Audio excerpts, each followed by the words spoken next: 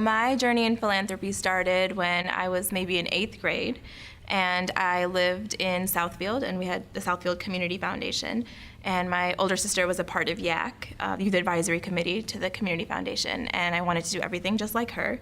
And so I would just kind of sit in on meetings that she went to and had no idea what it was about.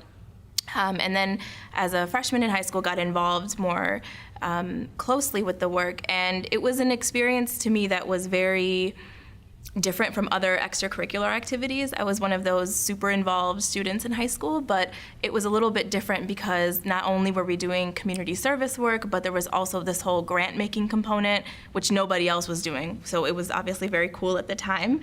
And I kind of just, stayed involved through high school and found myself in that work. It made sense to me. It was my way of impacting the community that, the geography of where I lived and the people that I really cared about. Once I figured out what we were doing and what our role was supposed to be or could be, I think it all started to make sense. I think my experience would not have been the same without the help and the guidance of our advisors. So we had a lot of adults who were allies to us, who served as advisors to our grant making, and they were just the right balance of involved in our work. So they would serve as resources. They wouldn't make the decisions for us, but would help us understand all angles of how we could make decisions.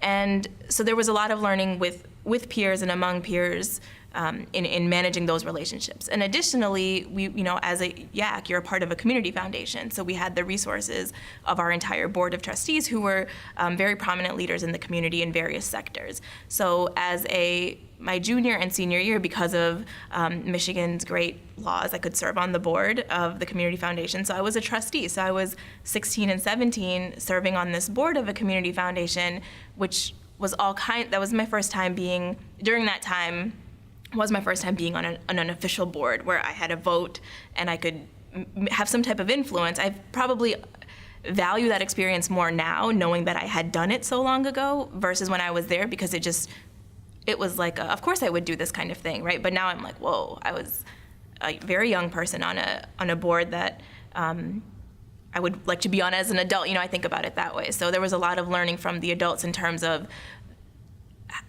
a more formalized way of how organized philanthropy works, the management of that, the finances, all of those things that I probably wouldn't have got just trying to figure it out by myself. I guess I didn't have a full understanding of organized philanthropy. So I'd always seen, my parents or friends and, charitable giving, doing charitable things was always something I was exposed to. But the concept of organized philanthropy, that there is a foundation or that there are several foundations out there that do work in particular issue areas, that make grants, that was, in a formal way, was new to me.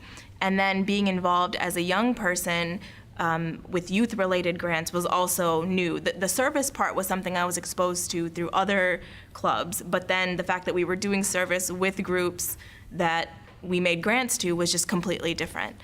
So that was all very new to me at the time. And so subsequently, I stayed involved through the CMF network of YACs, and I was involved in the statewide YAC leadership board, MCFIP.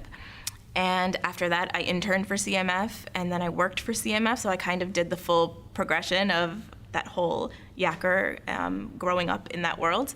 And then worked, after I graduated from grad school, worked at CMF as a public policy fellow. And that kind of exposed me to foundations all across the state. And I knew that I definitely wanted to stay in Southeast Michigan, wanted to be in Detroit, and wanted to stay in philanthropy. And the opportunity came up with the Community Foundation for Southeast Michigan. So that's where I am now.